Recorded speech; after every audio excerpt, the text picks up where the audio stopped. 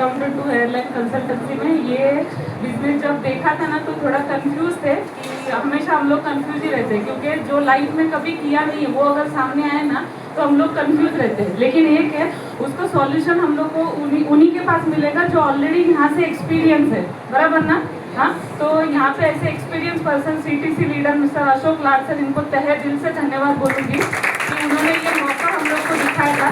Starting में ladies की mentality के ऊपर मैं थोड़ा बात करूँगी कि लेडीज़ की मेंटेलिटी कैसी होती है कि हम लोग को लगता है अरे मैं अगर महीने में 20,000 खर्चा कर रही हूँ तो उसमें से 100 रुपया मैं पिगी बैंक में डाल देती हूँ, बराबर है।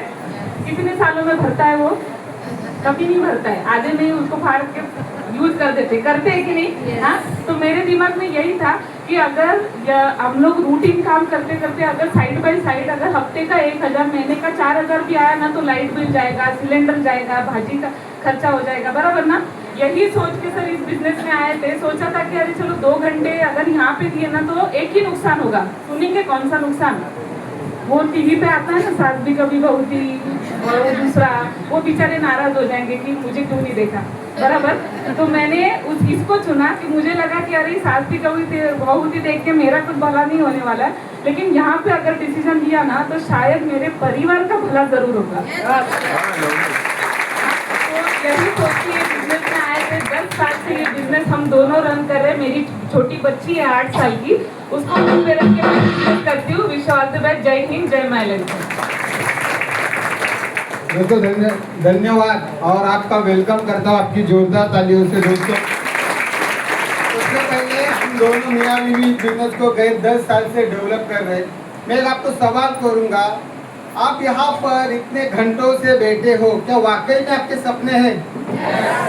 आवाज ही नहीं आ रही। तो सपने हैं ना, तो यहाँ पर आपको इन सारे लोग कह रहे हैं कि एक बार डिस्ट्रीब्यूटर बन जाइए।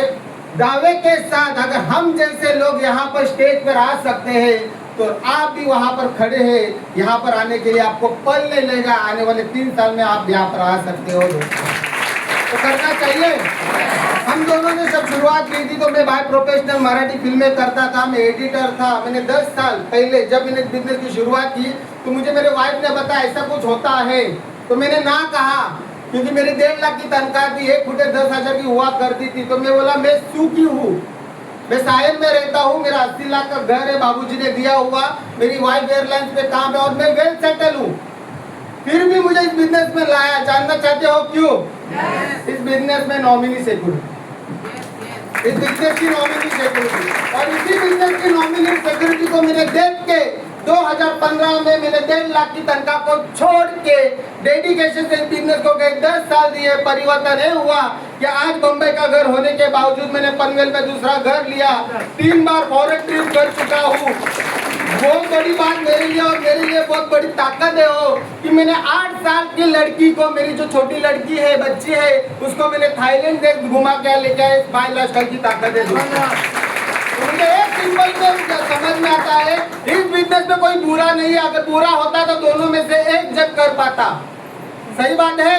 लेकिन आज मियाँ भी इस बिजनेस को डेवलप कर रहे हैं। आइए मिलकर काम करते हैं। Wish all the best. जय हिंद, जय माइलैंड।